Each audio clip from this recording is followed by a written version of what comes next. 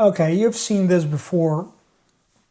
Someone in your life, maybe yourself, who keeps pushing harder and harder, who keeps fighting, controlling, forcing.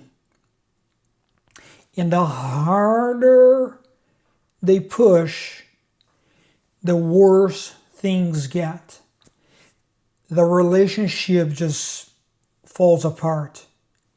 So the situation gets scales and gets horrible.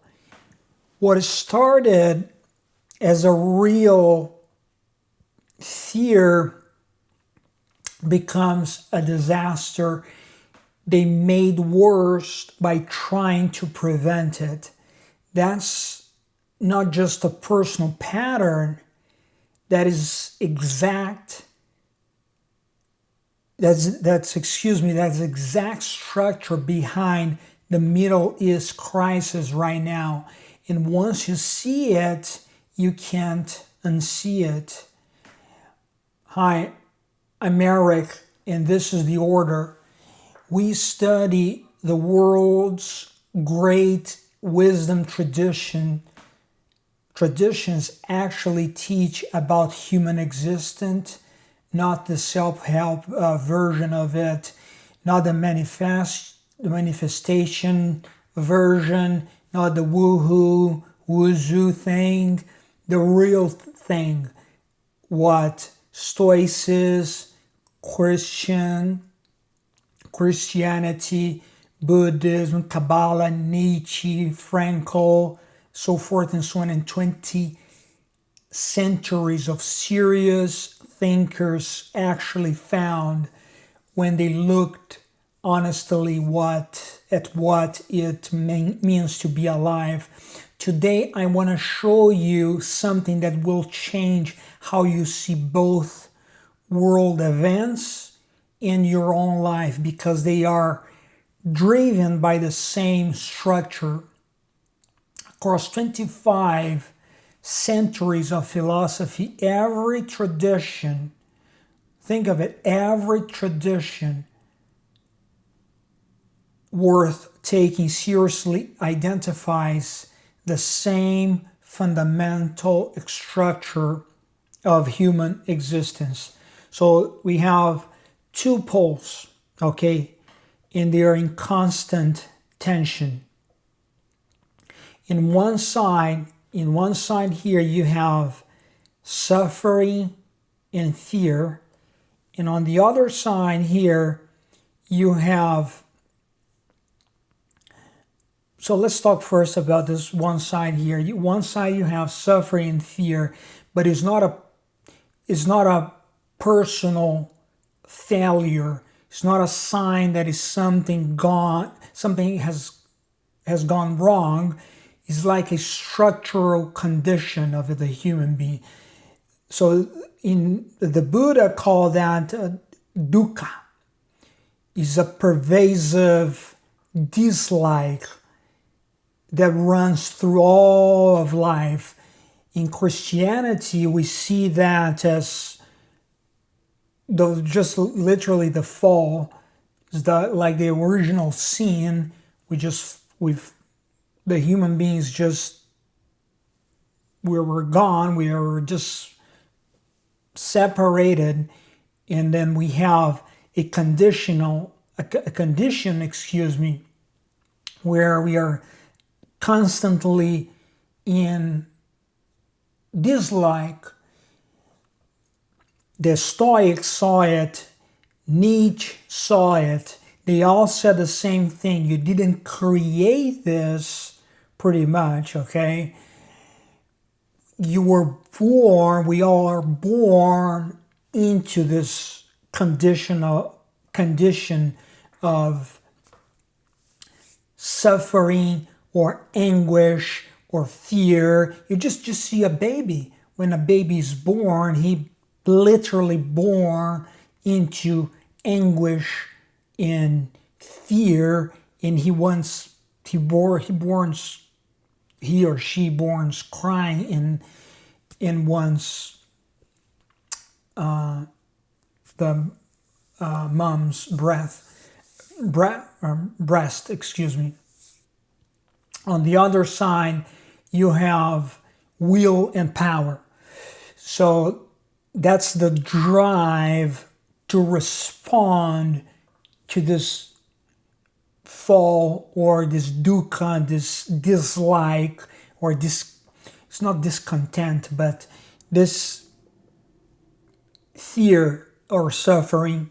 You have to overcome the situation, you have to build something, you have to create something, you have to some way, somehow, you feel that you have to escape from this situation of this dislike, to protect what matters. So Nietzsche called that the will to power.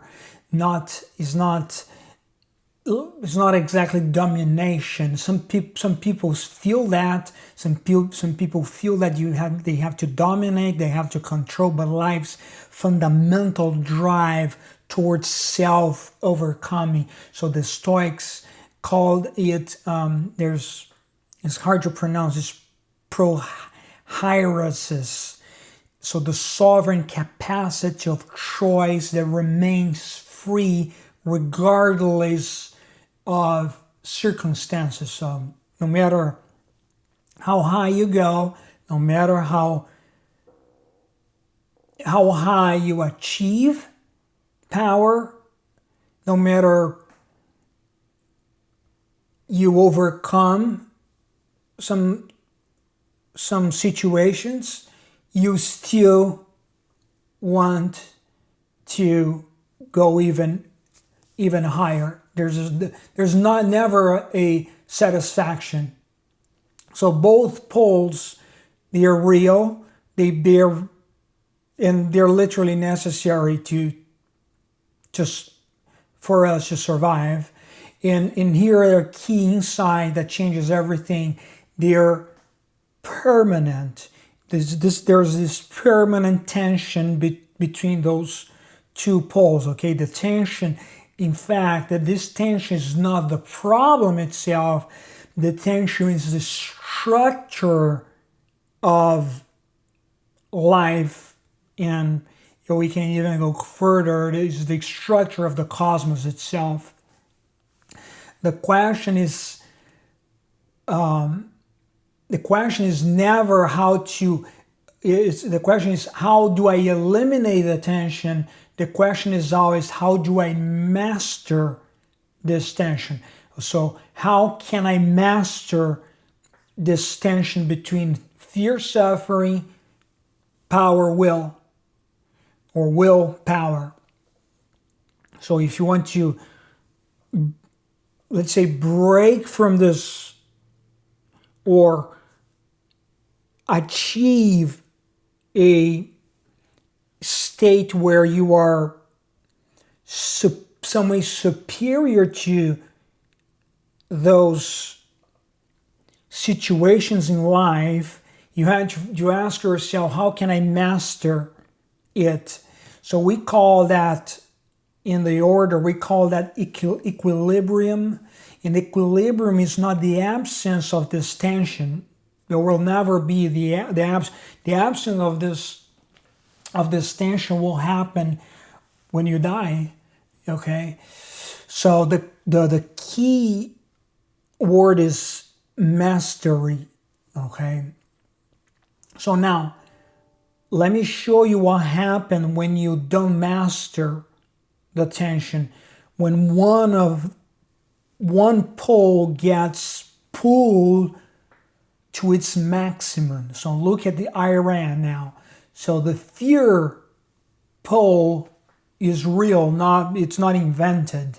So in 1953, the CIA-backed coup that removed their elected government, okay? The Iran-Iraq war, the West armed Saddam Hussein, while Iran buried a generation of young men, decades of economic sanctions, the constant threat of military strikes, Iran has an internal situation between a population that is highly conservative, but they have an internal pressure, they surpass those that are not that religious. That's called conservative, okay? So this constant threat of military strikes, so the memory of being surrounded by powers that have demonstrated repeatedly that they will act against Iran's sovereignty. So these aren't just talking points. Those are historical facts, so you can check it out. I'm not defending Iran. I'm not saying that they're good or bad. I'm just saying that if you look, you can just check it out. They created internally structural fear at the nation level. Now, what does maximum fear generate? It generates maximum will to power. And also, let me put a different thing here.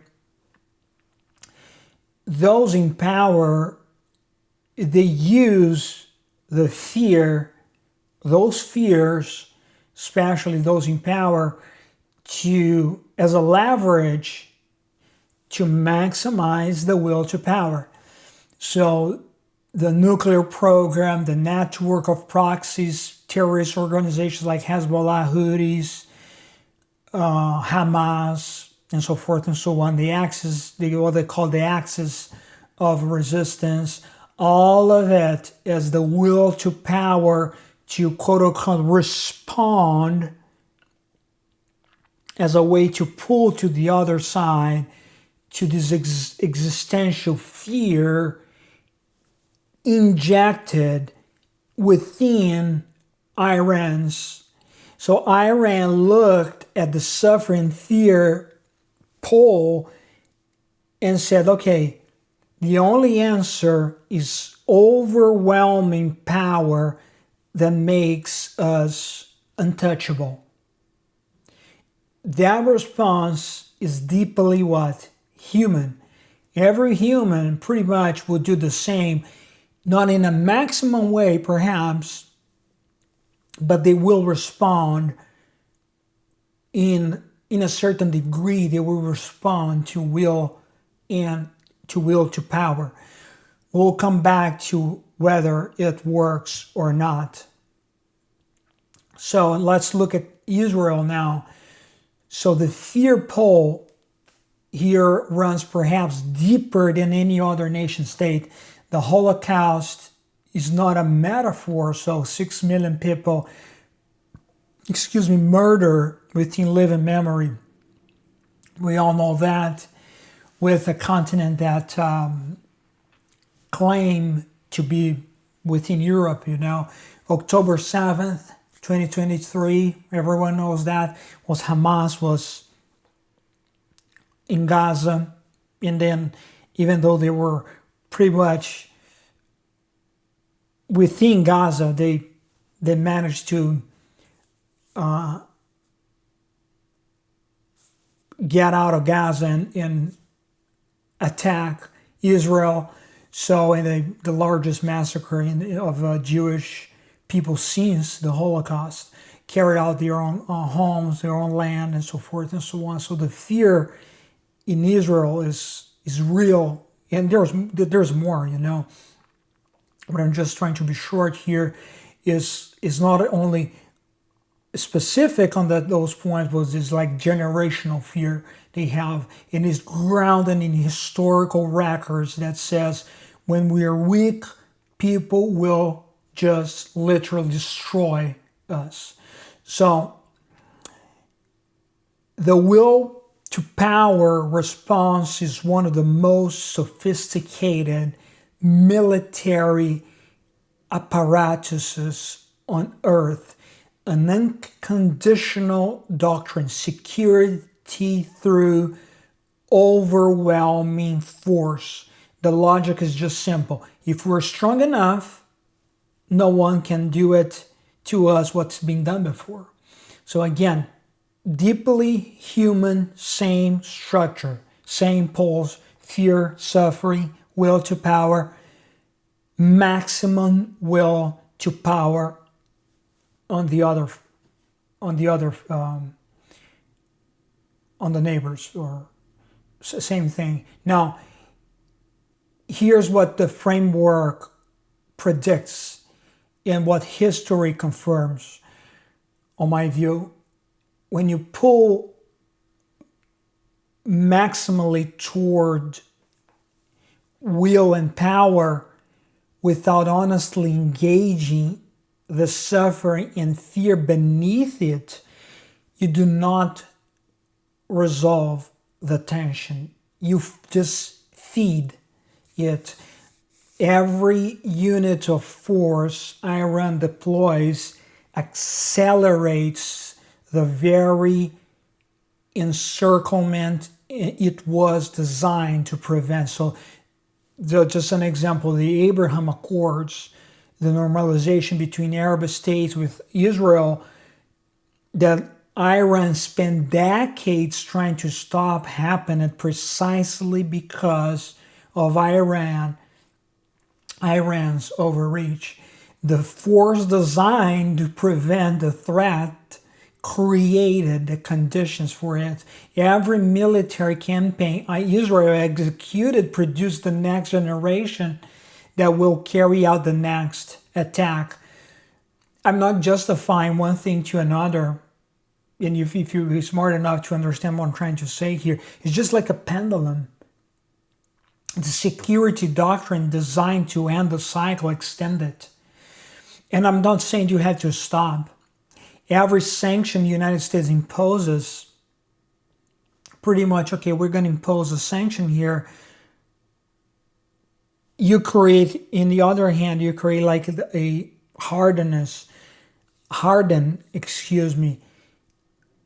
the population there that are more hardcore, that are supposed to do the pressure, the will to power pull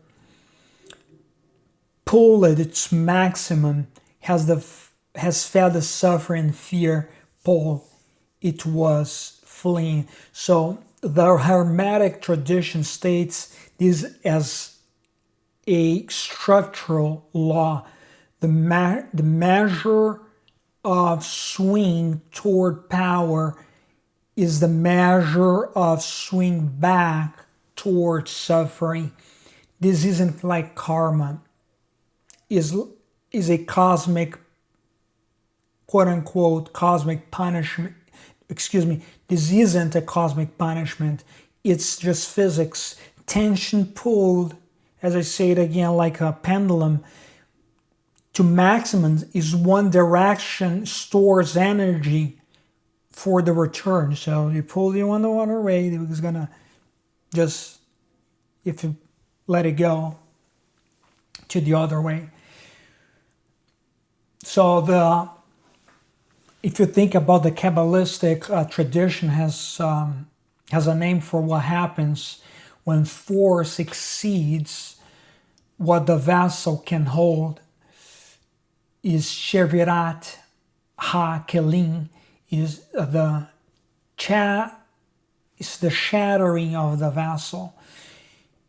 In the primordial moment of creation, the divine vessel were meant to contain an overwhelming light, but the force flowing through them exceeded what any contained structure could hold.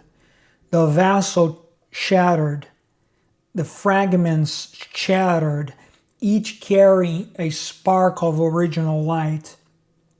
But now, so this is like a metaphor, but now trapped inside shells cut off from the source. That myth describes exactly what maximum will to power without equilibrium produces. Not victory, not resolution, just like the fragmentation. So the force breaks so the same big force breaks the very container it was meant to protect. Iran is weaker regionally, than it was before October 7th. Israel's security has not increased. I don't think so. Its international position, I don't think is stronger now. So I think the fact that Israel has attacked Iran, especially here in the US, for some actors here in the US, they're previously supported Israel, they're not that supportive any longer, excuse me. But there's a deep layer here, and this is where it connects directly to what we teach about the inner enemy.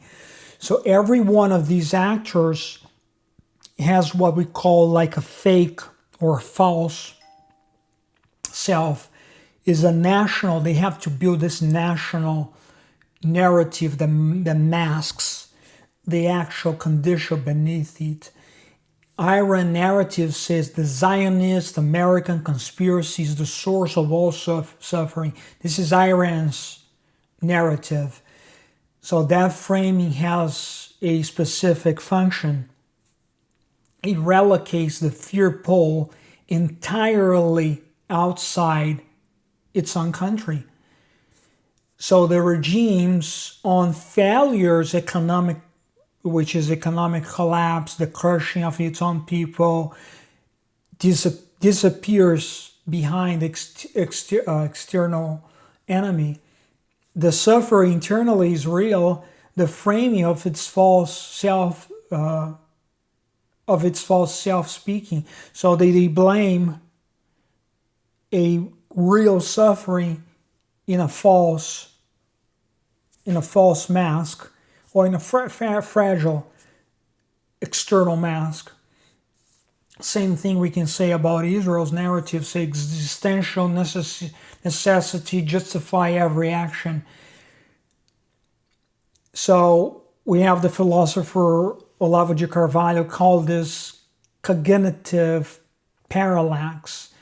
It's like the structural gap between the theoretical axis, what we say we're doing, in the existential axis, what we are actually doing. The inner enemy doesn't announce itself. It wears the costume of righteousness. It speaks the language of necessity and survival, and it prevents the one thing that could actually shift the situation. Truth. Honest reckoning with the actual suffering and actual fear, not as a weapon, but as a strategy, as a starting point. And this is what we mean by truth first, transformation follows.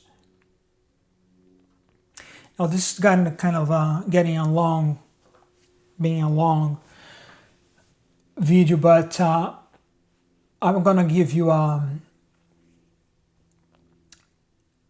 not gonna give you a naive answer, but equilibrium at this scale is not everyone should get along at all. That would be what we call carrying the child down the stairs. What I spoke before about our parable of the stairs, removing the immediate vertigo without building any real capacity to climb. One of our foundation teachings, the parable of the stairs, tells the story of a 9-month-old who climbs to the 4th step and gets stuck. He can't He can't just go back. He can't go forward, alone. And what he needs is not rescue and not abandonment. He needs the hand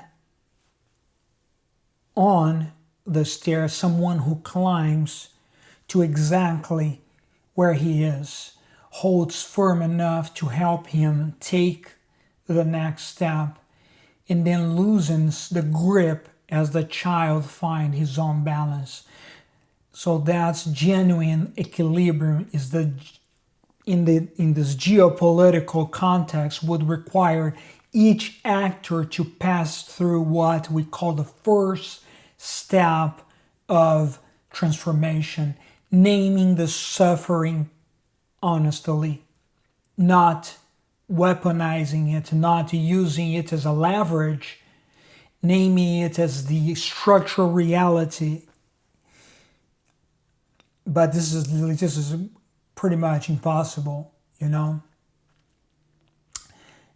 This is pretty much hard to do because in every political situation, they use the will to power as a projection, and they use the fear as a leverage in the population and as a mask and as a leverage to gain more power. All the actors, political actors, they will do that. So instead of doing the self-reflection, the truth, and then use the truth to